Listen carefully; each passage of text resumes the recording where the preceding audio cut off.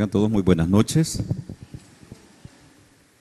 Vamos a repasar brevemente, en realidad, este es un tema muy apasionante, es un tema además fundamental para las convicciones que tenemos acerca de nuestra cosmovisión acerca del mundo.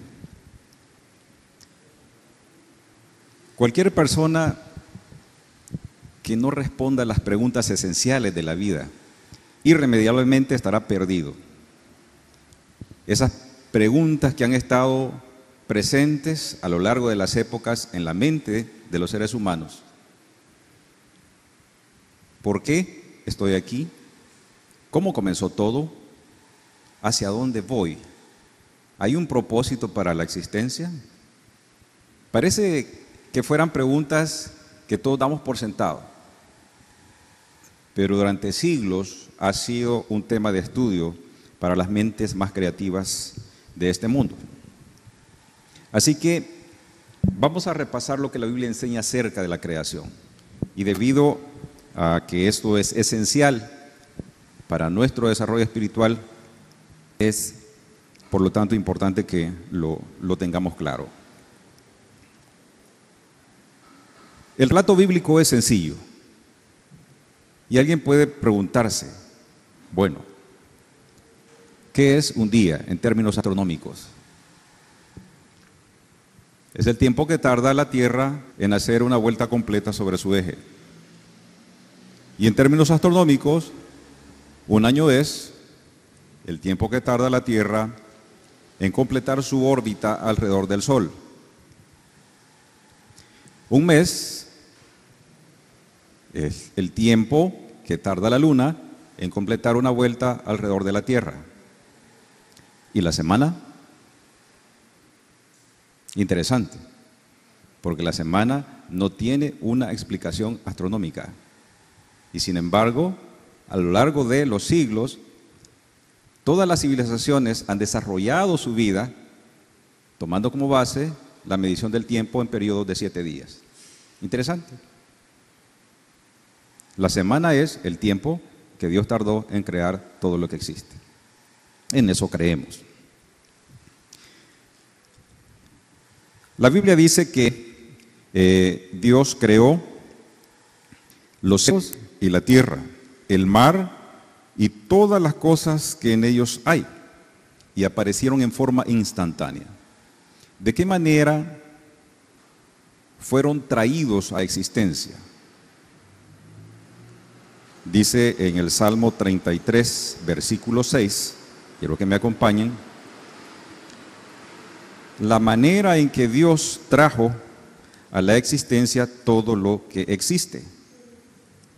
Salmo 33, versículo 6.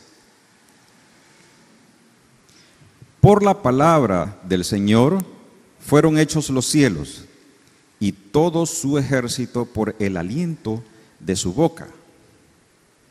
¿Cómo actúa esta palabra creadora? Hemos escuchado también decir que la palabra de Dios, el poder de su palabra no tiene límites. En Génesis, en el relato de la creación que aparece registrado en Génesis en 2 ocasiones, el autor nos dice, y dijo Dios, sea la luz. De hecho, vamos a repasar ahora entre todos la secuencia de la creación. A ver, ¿quién me quiere ayudar diciendo qué fue lo que el Señor creó el primer día? A través del poder de su palabra. Vamos, todos saben que el relato de la creación se encuentra en el capítulo 1 de Génesis.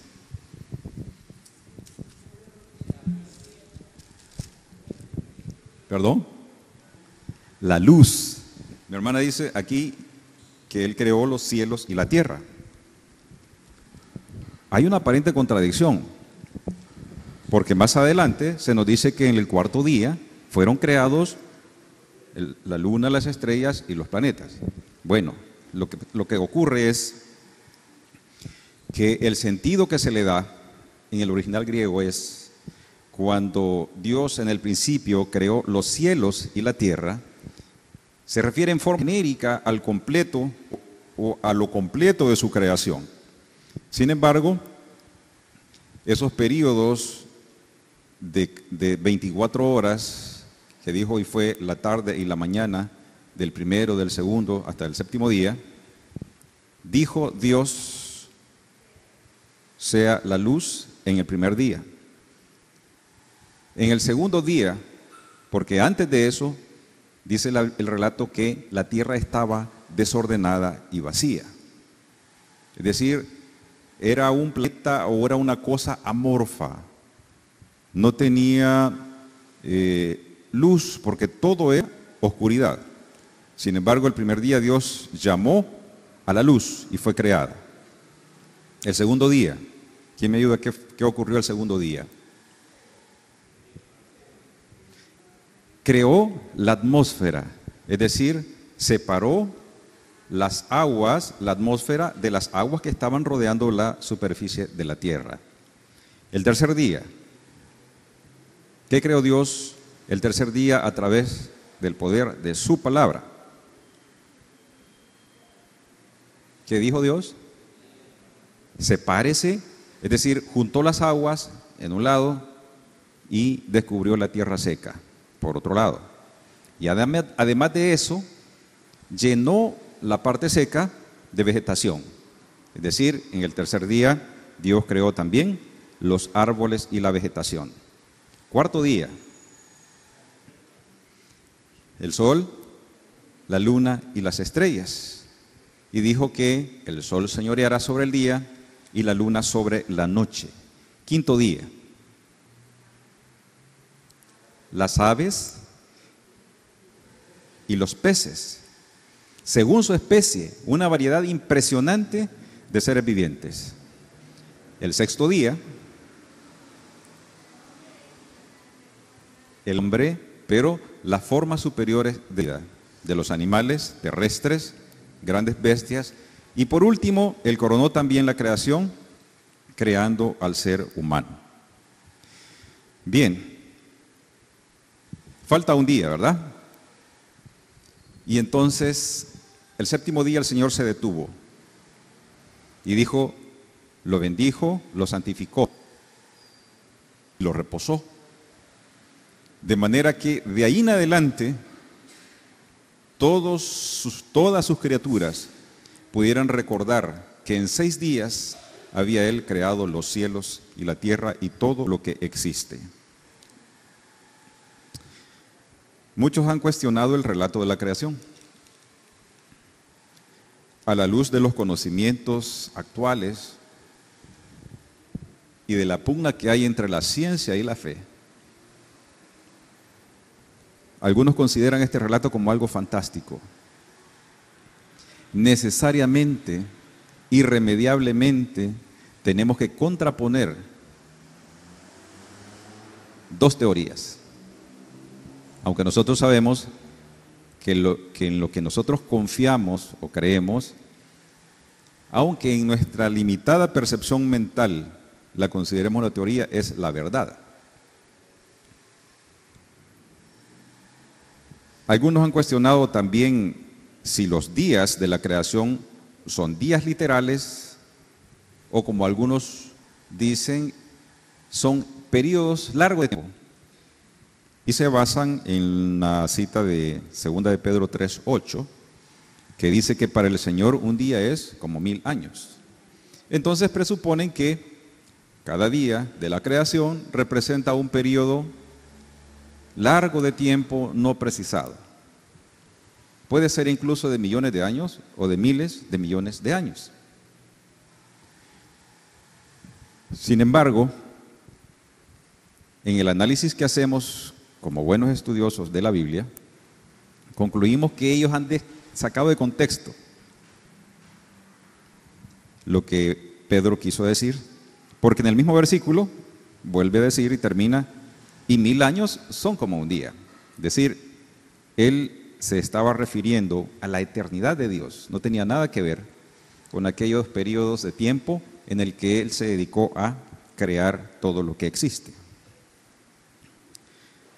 Así que podemos decir aquí con toda certeza de que esos días son días literales, son días de 24 horas, tal como los conocemos.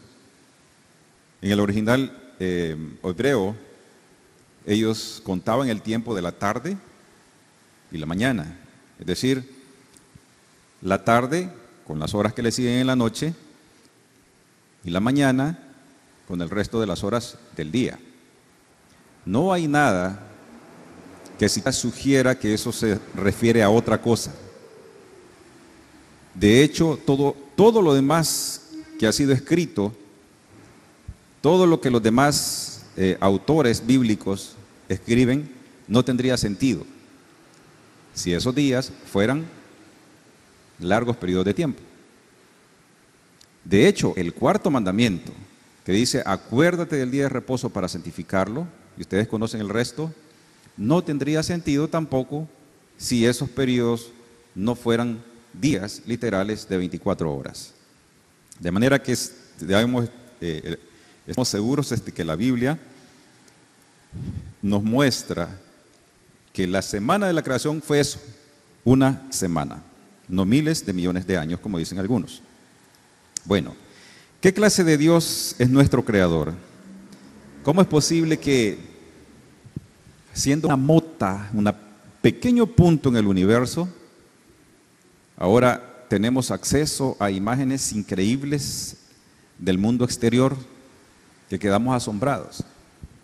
Galaxias, miles de millones de estrellas, etcétera. Y el planeta Tierra es una pequeña mota en un inmenso, inmenso universo. ¿Cómo es posible que alguien, una inteligencia superior, estuviera interesado en ese pequeño planeta, en un rincón? La Biblia nos muestra a un ser inteligente, superior, a un Dios organizado. Y todo lo que observamos en la naturaleza es organizado, coherente, sistemático. De hecho, el desarrollo de la ciencia y el desarrollo de la tecnología ha tenido a su base la observación de los fenómenos naturales. No es posible concebir el conocimiento científico actual separándolo de la naturaleza. De hecho, también hemos estudiado que el primer libro de la humanidad es el mundo creado, es la naturaleza misma. Pero bien, ¿quién es ese Dios creador? Vamos a Génesis 1, el 2 y 26. La tierra estaba desierta y vacía, las tinieblas cubrían la superficie del abismo y el Espíritu de Dios se movía sobre las aguas. Menciona el Espíritu de Dios. Y en el versículo 26, entonces dijo Dios, hagamos al hombre a nuestra imagen, conforme a nuestra semejanza, y que domine los peces del mar, las aves del cielo, el ganado y todo animal que anda sobre la tierra. Sin duda alguna, tal como nosotros estudiamos quién es Dios, que es un Dios triuno, Dios Padre, Hijo y Espíritu Santo, estamos claros que todos los miembros de la deidad estuvieron involucrados en la creación. Pero el agente activo, el que hizo las cosas, ¿quién es? ¿Quién? Jesús, el Hijo, el Cristo preexistente. Así que dice en Juan 1, del 1 al 3, que en el principio era el Verbo, y el Verbo era con Dios, y el Verbo era Dios. Y como leímos en la lectura bíblica, que dice que todas las cosas por Él fueron hechas.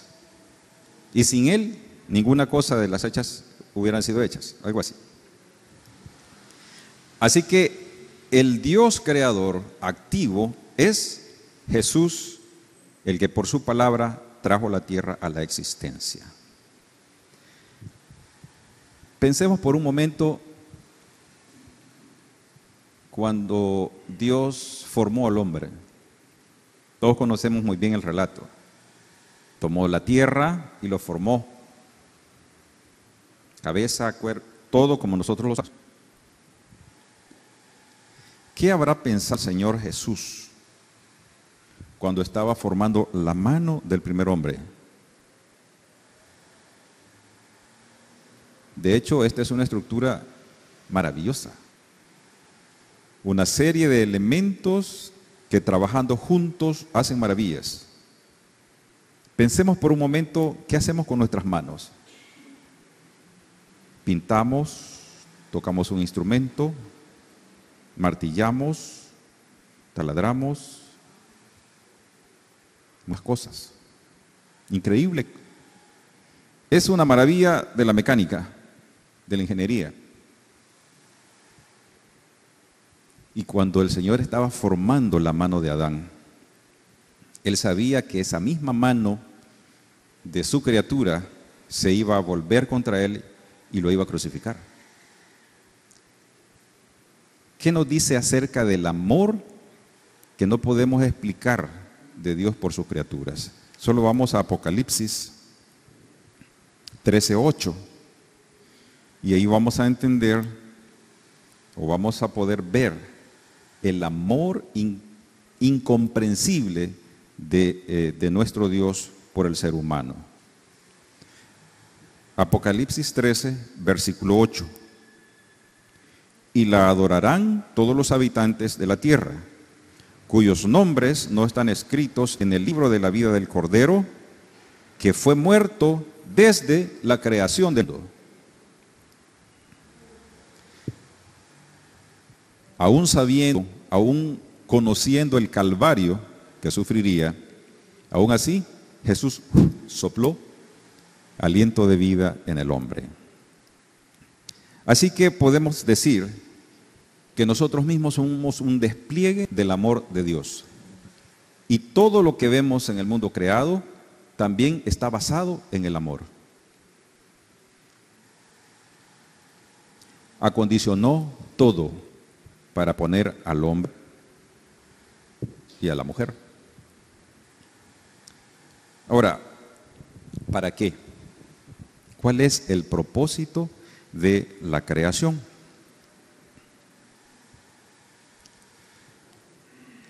Todos conocemos muy bien lo que dice el salmista en el Salmo 19, del 1 al 4. ¿Cuál es el propósito? ¿Qué desea el Señor a través del creado? ¿Qué desea mostrar? ¿Cómo dice el Salmo 19, del 1 al 4?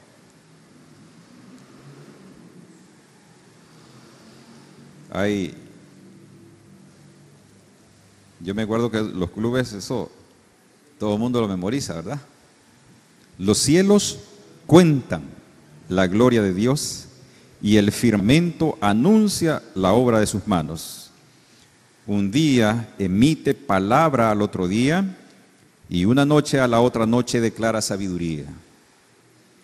Aunque no se escuchan palabras ni se oye su voz, por toda la tierra sale su pregón y hasta el extremo del mundo sus palabras. En los cielos puso tienda para el sol.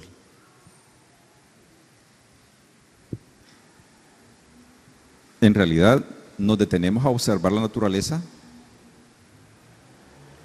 y somos capaces de identificar en ella, en sus maravillosos detalles, la gloria de Dios.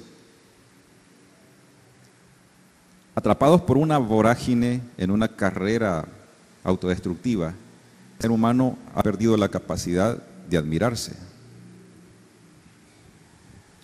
Quizás algunos podríamos llegar a pensar de que la naturaleza ya no nos puede maravillar más, que el conocimiento que hemos alcanzado ya lo sabemos todo. Pero óigame un dato interesante. Conocemos menos del 1% de los datos, por ejemplo, contenidos en el código genético de los seres vivos. No sabemos nada. Si usted se maravilla de los conocimientos actuales, eso no es nada comparado con la cantidad de información que existe en el universo y en la naturaleza misma. Dios quiere revelar su gloria en ese libro. Eso implica que nosotros debemos estar atentos a ese libro, buscarlo y extraer de allí mensajes que pueden ser incorporados a nuestra vida diaria. Si el hombre ha sido capaz de incorporar la mecánica de la naturaleza en la vida diaria, ¿cómo nosotros no podemos extraer lecciones espirituales valiosas que debemos aplicar en el día a día?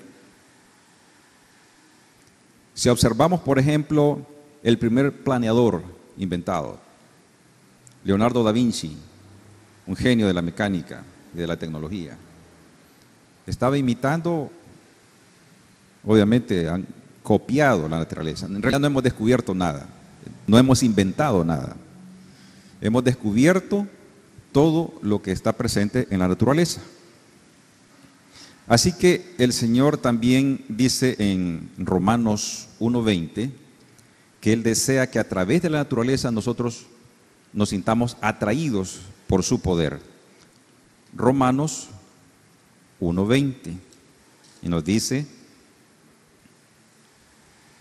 los atributos invisibles de Dios, su eterno poder y su divinidad, se ven claramente desde la creación del mundo y se entienden por las cosas que han sido creadas, de modo que no tienen excusa. Retomemos nuestra capacidad de observar la naturaleza y allí vamos a encontrar el poder de Dios. En cada pétalo, en el vuelo de un pájaro, en la fuerza del océano. Allí está el poder de Dios. El otro propósito que Dios tenía con su creación, le dio un mandato, está en Génesis 1:28, les dijo: y los bendijo Dios y les dijo: fructificad y multiplicaos, llenad la tierra y gobernadla, dominad los peces del mar, las aves del cielo y todas las bestias que se mueven sobre la tierra. Dios no tenía el propósito de crear un planeta solitario y desolado, quería poblarlo. Y al crear a Adán y Eva les dijo: multiplíquense, llénenla, gobiernen la tierra. Y les dio, por supuesto, un jardín con una responsabilidad.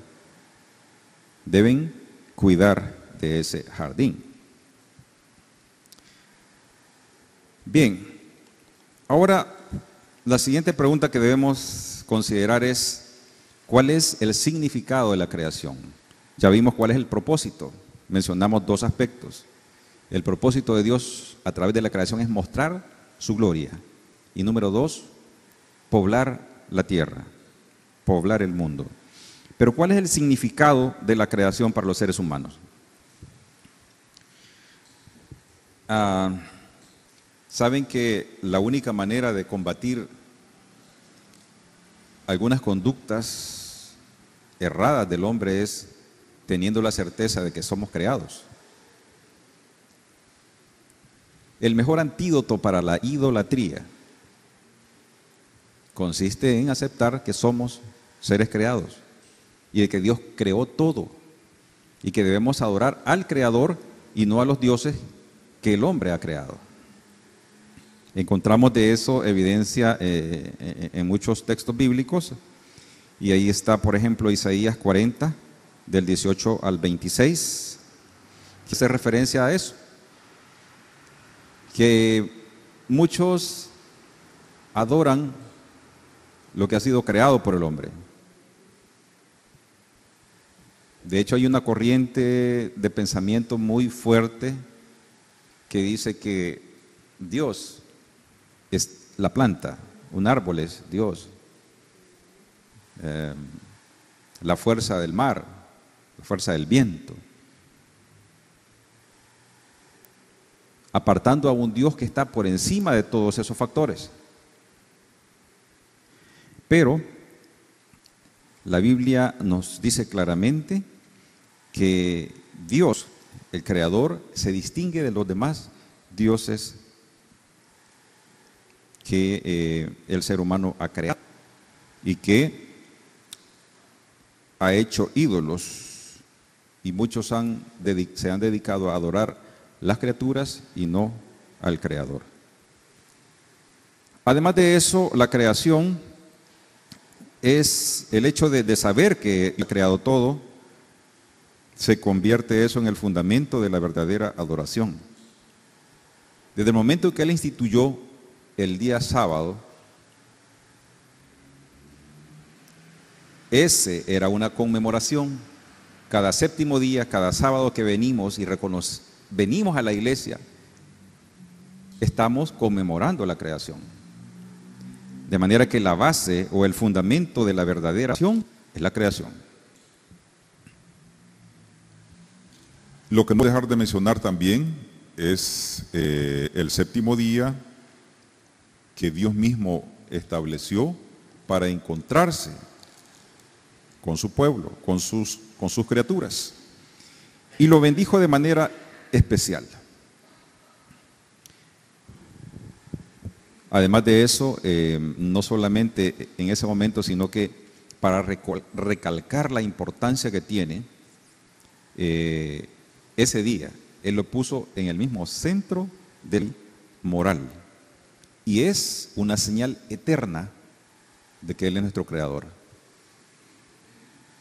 Y si hay una razón por la que nosotros nos llamamos adventistas del séptimo día, significa que ese punto de la observancia del día sábado es y se convertirá muy pronto, cada vez con mayor fuerza, en el punto de quiebre entre aquellos que son o los que no son del pueblo de Dios.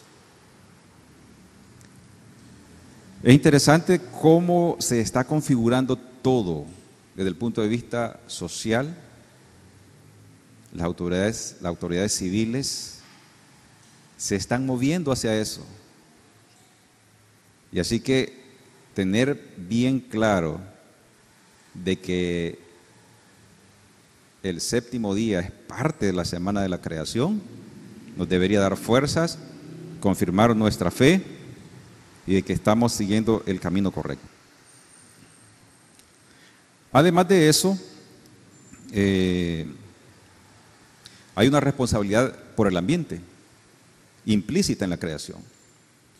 El Señor le dijo a Adán y Eva, cuiden de esto, también nosotros debemos cuidar nuestro medio ambiente. Hay una responsabilidad importante con eso. Además de eso, Dios dignifica el trabajo manual. El hecho de labrar y cuidar ese huerto implicaba un trabajo manual. Así que el hecho de que Dios mismo le asignara a la humanidad esta ocupación útil en un mundo perfecto, revela la dignidad del trabajo manual. Así que no se preocupe si lo que hacemos, para hacerlo bien necesitamos hacer actividad física. Además, es el remedio para el pesimismo, la soledad y una vida sin sentido. La Organización Mundial de la Salud está preocupada porque ya aquello de las enfermedades cardiovasculares y el cáncer han dejado de ser la primera causa de muerte, la primera causa de consulta. La primera causa de consulta hoy tiene que ver con la depresión. La gente que no le encuentra sentido a la vida, no han sabido responder las preguntas que nos hicimos al inicio. ¿Por qué estoy aquí? ¿Cómo llegué? ¿Cómo comenzó todo? ¿Y para dónde voy? Tenemos la bendición, por la misericordia del Señor, de tener sentido y de tener un camino. Así que también el hecho de saber que Dios es nuestro creador y sustentador es un remedio para la soledad y la vida sin sentido. También nos habla acerca del carácter sagrado de la vida. Y saben ustedes que la obra creadora de Dios continúa. Hebreos 4:3. Porque en Génesis, el relato termina diciendo en Génesis 2:1, fueron pues acabados los cielos y la tierra y todo el ejército de ellos. Y en Hebreos 4:3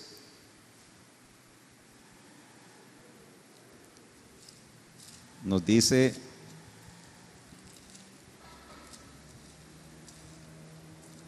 si alguien me lo lee,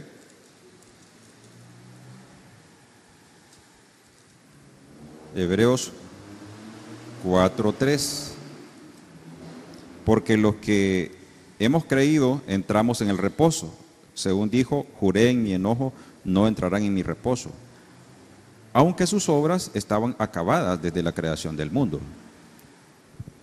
Significa esto, cuando dice que fueron acabados los cielos y la tierra, significa que la energía creativa de Cristo ya no se encuentra en actividad. Bueno, esto no es cierto, ¿verdad? Porque la palabra creadora todavía sigue actuando de diversas formas.